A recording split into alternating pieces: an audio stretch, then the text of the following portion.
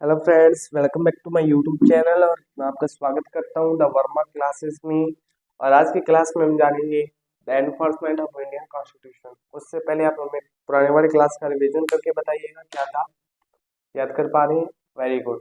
पुराने वाली क्लास में हमने बहुत सारी जानकारी ली थी, जैसे टोटल शेड्यूल 8, टोटल आर्टिकल्स 395 और बहुत सारी और जानकारियां भी थी। उसके बाद आज हम जानेंगे कुछ उस बारे में कि हमारा कॉन्स्टिट्यूशन एनफोर्स कैसे हुआ, उसको अप्लाई कैसे किया गया, वो सारी जानकारियां आज की क्लास में ये सारी जानकारी हम लेंगे। सबसे पहला पॉइंट आज की क्लास का, some provisions related to citizenship elections, provincial parliament, temporary and transitional provisions and short title contained in article 5, 6, 7, 8, 9, 60, 30, 24, 324, 366, 367, 379, 380, 388, 391, 392 and 393 came into force on November 26, 1949। बात का मतलब समझिए। कुछ वो प्रोविजन, कुछ वो प्रावधान जो सिटीजनशिप को लेकर थे, इलेक्शन को लेकर थे, नागरिकता को लेकर, चुनावों को लेकर। प्रोविंशियल पार्लियामेंट का मतलब पहले सामान्य आम चुनाव, जनरल इलेक्शन से पहले का जो कॉन्स्टिट्यूएंट असेंबली, वो क्या था? Provincial parliament. टेम्परेरी और ट्रांजिशनल प्रोविजन, वैसे प्रोविजन जो टेम्परेरी हो, अस्थायी हो और जिनको चेंज किया जा सके, वो प्रोविजन। एंड शॉर्ट टाइटल, छोटी बड़ी पद्धतियां जो आर्टिकल 5, 6, 7, 8, 9, 60, 324, 366, 367, 379, 80, 388, 391, 92, 93 इनके अंदर थी, उनको 26 नवंबर 1949 को अप्लाई कर दिया जाता है। क्या कर दिया जाता है? एनफोर्स कर दिया जाता है। उसके बाद द रिमेनिंग प्रोविजन, इसको छोड़ के जो भी पार्ट बच गया, मेजर पार्ट कैम इनटू, ये सारा जो बचा हुआ था, ये क्या था? इंडियन कॉन्स्टिट्यूशन का मेजर पार्ट था। ये कब फोर्स में आता है? 26 जनवरी 1950। जैसा कि आपको पता है, 26 जनवरी को हम किस नाम से जानते हैं? Republic Day. उससे पहले मैं आपको बताऊं, 26 जनवरी को the date of its commencement, its यहाँ पे काम आए इंडियन कॉन्स्टिट्यूशन के लिए, भारतीय संविधान की शुरुआती दिन के नाम से इसको जाना जाता है, the date of its commencement. Commencement का मतलब होता है शुरुआत या शुभ आरंभ, और इसी के साथ हम इसको रिपब्लिक डे के नाम से भी जानते हैं। अब आप हमें एक बात बताइए कि जब हमारा संविधान पिछले वाली क्लास में हमने पढ़ा था 26 नवंबर 1949 को तैयार हो गया, तो फिर क्यों हम 26 जनवरी 1950 को रिपब्लिक डे बनाते हैं? क्यों हम 26 नवंबर 1949 को क्यों नहीं मनाते? इस बात की जानकारी लेंगे। एक मिनट रुकना, चलो माइक शुरू है। 26 जनवरी 1950 को ही क्यों मनाते हैं, ये वाली बात आप जानेंगे। जब रिपब्लिक डे की बात होती है, उससे पहले आप थोड़ा फ्लैशबैक लीजिए हिस्ट्री का। इस रिपब्लिक डे को 26 जनवरी को बनाने का एक ऐतिहासिक, एक हिस्टोरिकल इम्पोर्टेंस है, जिसको जानना बहुत जरूरी है। शुरुआती बात करता हूँ लाहौर सेशन की। लाहौर सेशन होता है इंडियन नेशनल कांग्रेस का, दिसंबर 1929 को। ये सेशन होता है किसके लिए? टोटल फ्रीडम देने के लिए। और इसके अंदर इनका रेजोल्यूशन था कि हमें पूर्ण रूप से स्वतंत्रता चाहिए। और जब ये इसके अंदर कामयाब हो जाते हैं, तब ये आगे चलकर पूर्ण स्वराज डे बनाते हैं 26 जनवरी 1930 को। ये क्या बनाते हैं? पूर्ण स्वराज डे बनाते हैं 26 जनवरी 1930 को। इंडियन नेशनल कांग्रेस द्वारा ये काम होता है। लाहौर सेशन जो कि दिसंबर 1929 को हुआ, उसके बाद उसके रेजोल्यूशन के बेस पर ये वाला काम होता है। ठीक है। और इस डे को याद रखने के लिए हम हमारे कॉन्स्टिट्यूशन को 26 नवंबर की बजाय 26 जनवरी को रिपब्लिक डे के नाम से मनाते हैं। ये वाला इसके कारण पीछे रीजन था, और ये बहुत ही इंपॉर्टेंट रीजन है इसका, इसको याद रखना बहुत जरूरी है।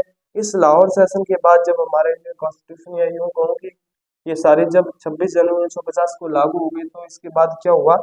विद इट्स कमेंसमेंट, जैसे ये शुरुआत होती है, द इंडिपेंडेंस एक्ट ऑफ 1947, स्वतंत्रता का जो ये कानून था, एक्ट था, द इंडिपेंडेंस एक्ट ऑफ 1947 का जो कानून था, and government of India act of 1935, ये 1935 का है, गवर्नमेंट ऑफ इंडिया एक्ट। और ये दोनों ही हमारे हिस्टोरिकल बैकग्राउंड से जुड़े हुए हैं। ये दोनों जो एक्ट थे, इनको रिपील कर दिया गया, रद्द कर दिया गया। यदि आप इनके बारे में ज्यादा जानकारी चाहते हैं तो आप मुझे क्या कीजिएगा, कमेंट बॉक्स में डिटेल डाल दीजिएगा। और ये दोनों टॉपिक हमारे historical background of Indian constitution से जुड़े हुए हैं। फिलहाल हमारी सीरीज चल रही है मेकिंग ऑफ इंडियन कॉन्स्टिट्यूशन की, और यदि आप कमेंट करोगे, हमें सपोर्ट करोगे, तो हम अगली सीरीज इसके ऊपर लेकर आएंगे, historical background of Indian constitution, जिनमें हम इनके बारे में, पिट्स इंडिया एक्ट और बहुत सारी अलग अलग चीजों के बारे में जानेंगे। ये वाली बात होगी कि गवर्नमेंट ऑफ इंडिया एक्ट और इंडिपेंडेंस एक्ट ऑफ 1947 को रिपील कर दिया गया, रद्द कर दिया गया जब 26 जनवरी 1950 को कमेंसमेंट हो जाता है तब। उसके बाद the abolition of privy council jurisdiction act, इसको कंटिन्यू किया जाता है। कुछ समझ में नहीं आया, अभी समझिए। द का मतलब आर्टिकल है, अबोलिशन का मतलब होता है खत्म कर देना, रोक देना। ऑफ प्रीवी काउंसिल, अब प्रीवी काउंसिल शब्द को ध्यान से सुनिए, समझिए। प्रीवी काउंसिल क्या था? प्रीवी काउंसिल एक ऐसी काउंसिल थी जो हमें यूं कहूं कि इंडिपेंडेंस से पहले की बात है। इंडिपेंडेंट होने से पहले इंडिया ब्रिटिश की एक कॉलोनी थी। इंडिया को लेकर जो भी कानून बनना होता था और जो भी मैटर होते थे, वो सारे के सारे मैटर, जो भी लीगल एडवाइजेस होती थी, जो भी लॉज बने होते थे, जो भी सेंटेंसेस हुआ करती थी, जो भी सजाएं देनी होती थी, वो सारी की सारी एक ब्रिटिश काउंसिल क्या करती थी, जिसका ये नाम था प्रीवी काउंसिल। और ये आज के सुप्रीम कोर्ट के बराबर या उसके तबके की चीज थी। ये काउंसिल आज के सुप्रीम कोर्ट की जगह उस टाइम में काम किया करती थी। ये काउंसिल सामान्यतः ब्रिटिश की जितनी भी कॉलोनियां थी उनके लिए कानून और सारी प्लेसमेंट वगैरह करने का काम किया करती थी। ज्यूरिसडिक्शन का मतलब समझिए। ज्यूरिसडिक्शन का मतलब हिंदी में होता है क्षेत्राधिकार। इंग्लिश वाले बच्चे इसको याद रखेंगे, the legal authority over an area. एक एरिया के ऊपर यदि किसी संस्था, किसी व्यक्ति को लीगल अथॉरिटी है, या किसी को भी यदि लीगल अथॉरिटी है, तो उसको क्या बोला जाएगा? ज्यूरिसडिक्शन। किसी भी व्यक्ति विशेष, किसी संस्था के पास यदि किसी एरिया को लेकर, किसी चीज को लेकर लीगल अथॉरिटी है, तो उसको ज्यूरिसडिक्शन बोला जाएगा। अब इस एक्ट का मतलब समझिए। अबोलिशन होगा, खात्मा होगा किसका? प्रीवी काउंसिल के ज्यूरिसडिक्शन का। ये वाली बात ये एक्ट कहता था, लेकिन इस एक्ट को अभी भी चालू रखा गया, मतलब इसको रद्द नहीं किया गया। हालांकि 1935 और 1947 के इन दो एक्ट को रिपील कर दिया गया। ये आज की हमारी क्लास, दोबारा सुन लीजिए। इंडियन कॉन्स्टिट्यूशन का एनफोर्समेंट पढ़ रहे हैं। कुछ प्रोविजन थे जिनके अंदर citizenship, election, provincial parliament, temporary और ट्रांजिशनल प्रोविजन, इनके बारे में जानकारी थी। कुछ छोटे मोटे टाइटल थे, इनको 5, 6, 7, 8, 9, 60, 324, 366, 367, 379, 80, 88, 91, 92, 93 आर्टिकल के अंदर रखा गया था। इनको 26 नवंबर 1949 को अप्लाई कर दिया जाता है। उसके बाद बचे हुए जो प्रोविजन थे जिससे इंडिया के कॉन्स्टिट्यूशन का मेजर पार्ट बनता है, इनको 26 जनवरी 1950 को अप्लाई किया जाता है। उसके बाद 26 जनवरी 1950 को the date of its commencement के नाम से जाना जाता है। इसी दिन को हम रिपब्लिक डे के नाम से मनाते हैं। क्यों मनाते हैं? क्योंकि इस दिन हमने 1930 के अंदर पूर्ण स्वराज डे बनाया था, जो लाहौर सेशन के रेजोल्यूशन के कारण हुआ था। ठीक है। उसके बाद हमने जाना कि इंडिपेंडेंस एक्ट ऑफ 1947 और government of India act of 1935, इन दोनों को रिपील कर दिया जाता है, रद्द कर दिया जाता है।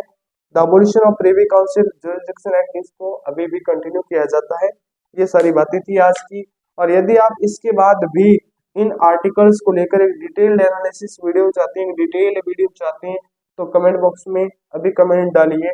और दूसरा, यदि आप चाहते हैं कि हम आपको ज्यादा से ज्यादा गवर्नमेंट ऑफ इंडिया एक्ट और government of the independence act of 1947, इन दोनों एक्ट के बारे में बताएं और हिस्टोरिकल बैकग्राउंड के बारे में बताएं, तो आप हमारे कमेंट बॉक्स में हमें सारी बातें लिख लिख के भेजिए, हम आपको तुरंत वीडियो बना के दे देंगे। और हम एक सेपरेट प्लेलिस्ट भी उसकी बना देंगे।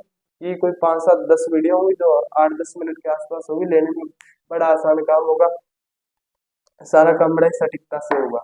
धन्यवाद। आज की क्लास को यहीं पे खत्म करते हैं सर, धन्यवाद।